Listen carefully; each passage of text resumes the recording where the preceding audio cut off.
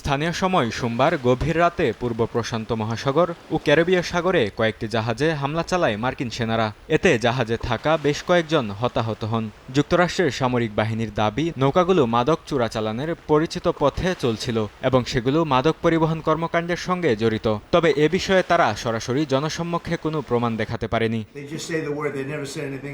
গেল সেপ্টেম্বর থেকে ট্রাম্প প্রশাসন দক্ষিণ আমেরিকার উপকূলবর্তী জলসীমায় 40টিরও বেশি সামরিক অভিযান চালিয়েছে। বিভিন্ন হিসেব বলছে অপারেশন সাউদার্ন স্পিয়ার নামে পরিচিত এসব হামলায় এখন পর্যন্ত নিহত হয়েছেন অন্তত 145 জন।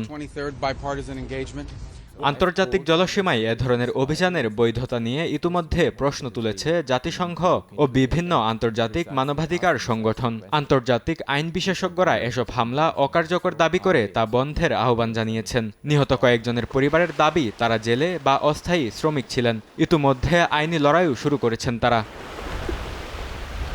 বরকতুল্লাহ, সময় সংবাদ।